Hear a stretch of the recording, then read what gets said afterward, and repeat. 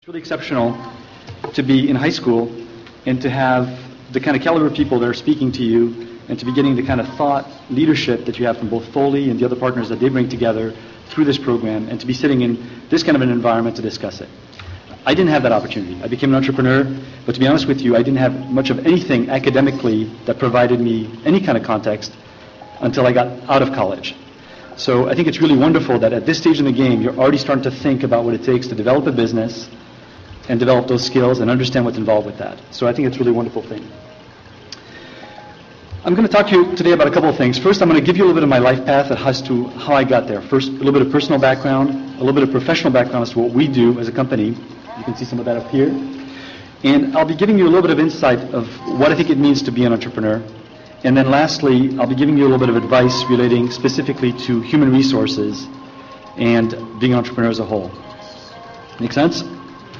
Is the sound getting in the way, or can you hear me okay? All right, great. I can't tell. It's pretty loud for me over here, but I don't know how much the voice is getting over. I think being an entrepreneur and a successful one means that you really have to follow your passions. You have to figure out what makes you tick, and you have to figure out a way to make things that you would love to do every single day if you weren't getting paid for it, and figure out how to turn that into an actual job. That's the name of the game. If you can do that successfully, first of all, you'll love working. And second of all, you'll be able to handle the very high highs and the very low lows that being an entrepreneur really entails. And I think you have to be conscious that that's part of the reality of what being an entrepreneur really is. So if you love what you do, if you love the people you do it with, you're much more likely to be successful within that endeavor. So I think that's a really fundamental aspect.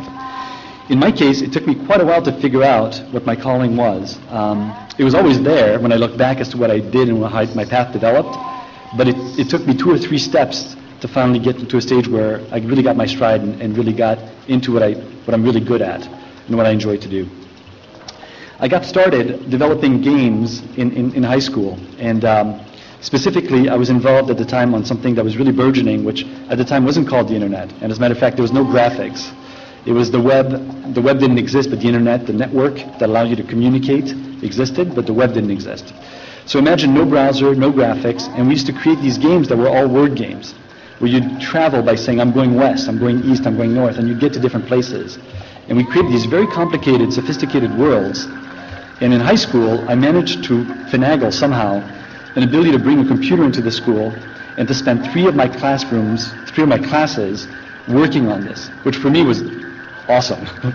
So I think they were convinced I was working on a PTSA project, but neither here nor there. It got me started down that path. I then went on to college.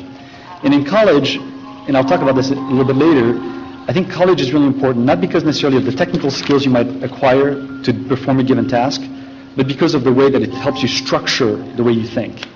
And I think regardless of the subject or field that you get into, even if you don't use the skills you learn in college specifically, for example, if you go into aerospace engineering, but you might not use that afterwards, the structure of thought that it gives you is applicable to all kinds of things. So education is really important in that way. I came out with a liberal arts degree, comparative literature, and old Spanish literature, and old French troubadour literature, and creative writing. Quite a far-fetched from this stuff, but yet it's very applicable because it gave me a structure, a way to think, and a way to communicate with people. So from there, I got out of college, and to be honest with you, having not had the privilege that you've had to sit in these kinds of sessions, I really didn't know what I was going to do. And I had no idea what kind of jobs might be available. And I remember running I did a thesis, this was an undergraduate program, but I did a thesis, and I remember turning that in, running it in, and I remember coming out of that room with my thesis advisor, realizing that I had absolutely no idea, for the first time in my life, what was going to happen right after that. And it was kind of freaky. It was a little bit of a scary moment. And I went to work for a few companies. I worked for some information companies that created all kinds of aggregation of content. Think of if you were to look at all the trade publications, the journals and everything, and put them all together and make them searchable. And this company was called UMI. I worked with another one from Knight Ridder called Dialogue, which were these huge libraries, digital libraries of content. And those experiences were very important to me because they gave me a lot of insight into how organizations worked. And I came out of those experiences, I worked probably for about 5 years or so within that kind of environment. Some of these companies were pretty big, and I worked with big companies as clients, sometimes the government, sometimes very large research organizations. And coming out of that, it was interesting. I had a choice. I moved to Toronto, and I was working there, and I had a choice to go back to Michigan, and I could take one of two jobs. And this was probably the pivotal change in my life and career. One job was a really good corporate job. It paid really, really well, and it involved traveling to Pennsylvania and selling software systems, established software systems, typically financial. And another job was to join a pretty young company, about 6 months old, and that company really didn't have much of a structure, but it was involved in continuously creating new things, creating new ideas, new marketing projects for the automotive sector, for education, for all kinds of things. And it was a very difficult situation because there was a big difference in pay scale, there was a big difference in responsibility, in risk. I mean, one of them was a national company, an international company, with all kinds of established procedures and plans, and the other one was really brand new. And so I went with this smaller company because I realized that I really liked and enjoyed creating things more than I enjoyed taking things already created and promoting those things. And I think that was probably one of the biggest changes. And I think what happened there is that all of a sudden I started really figuring out what I was good at, what I was meant to do.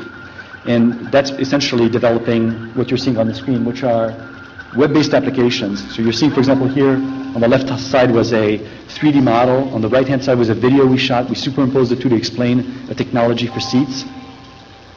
And every single project that we do like this is totally unique, totally different, and it changes by industry, it changes by project type, and so on and so forth. So right now, I started working for this company, and a few years into it, actually became an owner, and then became a president of this company. So sometimes entrepreneurship doesn't necessarily mean that you have to start something. It may mean that you work with other people, and you gradually build up to that responsibility, which was the case with me.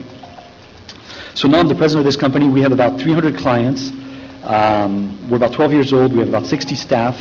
We manage about 100 current projects, and a lot of the people that we work with are people you'd probably recognize.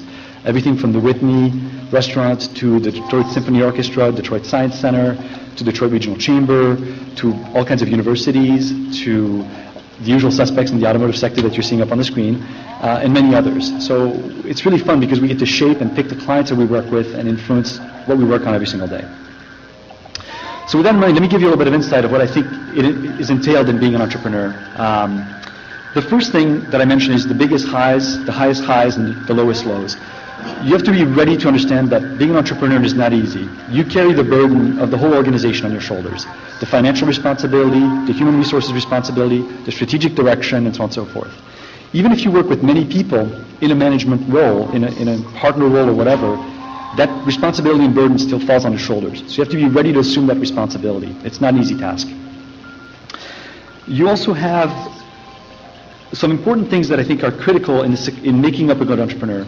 You have to have the right motivators to get into entrepreneurship. The desire for financial reward is a good thing, but let me tell you, it's a hard path to be financially rewarded as an entrepreneur initially. And the ones that can get rewarded can really get rewarded, but it also takes a lot of your own investment, time commitment, and let me tell you, you end up doing everything. You're just as likely to pick up the trash as you are coming up with the next strategic idea. That's what being an entrepreneur really is like. So you have to be ready for that kind of a concept. You can't expect that being an entrepreneur is a boss. It's not the same idea. Very different concept. An entrepreneur is the person that does everything it takes to make the business and the people within it successful. That's fundamentally what it takes. And companies that don't have that approach tend to have more difficulties. The ones that do, it creates a culture that everybody's involved in making the organization successful, which is really important with an entrepreneurial context. Security is probably one of the big tenets. If your big motivator is having a secure, stable job, entrepreneurship is a more difficult thing for you. Nowadays, in today's economy, I don't know where you can find that anywhere, but you have to be conscious that stability and security may or may not happen. You should probably expect to have to try 5 different ideas before you land on the one that's going to make you successful. You have to be willing to fall down and get back up again 5 to 6 times and come up with another idea, another approach, learn from your mistakes and move forward. Again, it's demanding. And even with me as one company from 12 years from beginning to end, we've had our failures.